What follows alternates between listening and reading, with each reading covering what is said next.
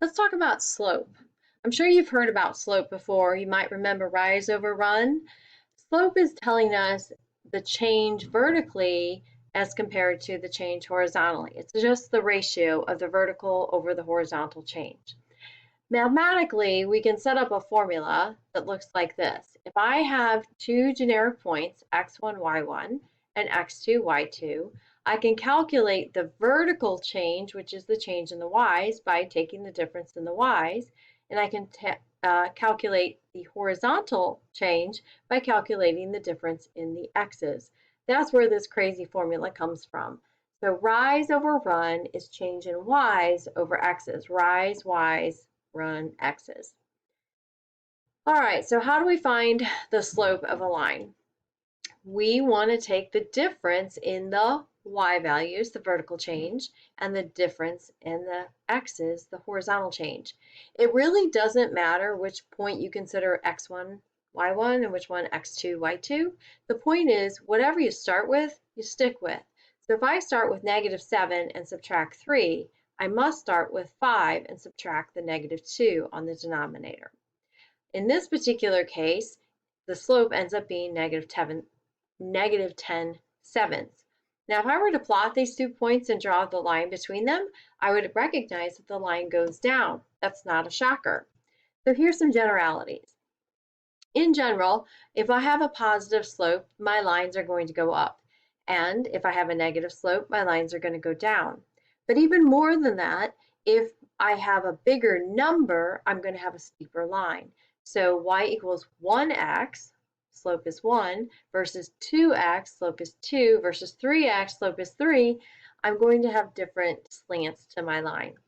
Now we do have a couple special cases that we talk about in other videos, and those are, excuse me, the horizontal and the vertical lines. So a horizontal line is not going to have any vertical change. So the vertical change is going to be a 0.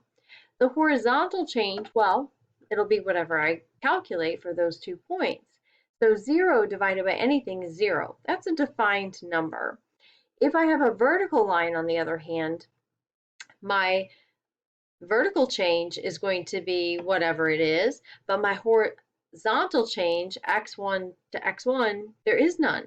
So that means the 0 is going to be in the denominator. And we can't divide by 0. So when you have a vertical line, we say the slope is actually undefined. That is not the same as saying I have a zero slope, which means I have a horizontal line. All right, let's look at one application of slope.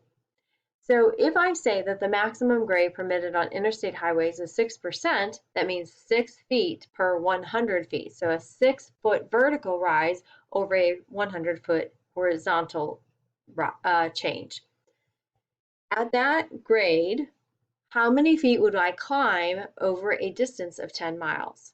Well, one thing to note is that, oops, we switched from feet to miles, so that is going to be an important fact to remember. I'm told that the grade, or the rise over run, is 6 per 100. So I take my 6 per 100 and say, well, how many feet do I rise over those 10 miles? So I'm going to get here, working it out, I'm going to get 0.6 miles. But they wanted to know how many feet. So I use the fact that I have 5,280 feet per mile to get my total number of feet. We'll do some problems just basic with slope, and then we're going to use them in other application and equation problems. Just let me know if you have questions.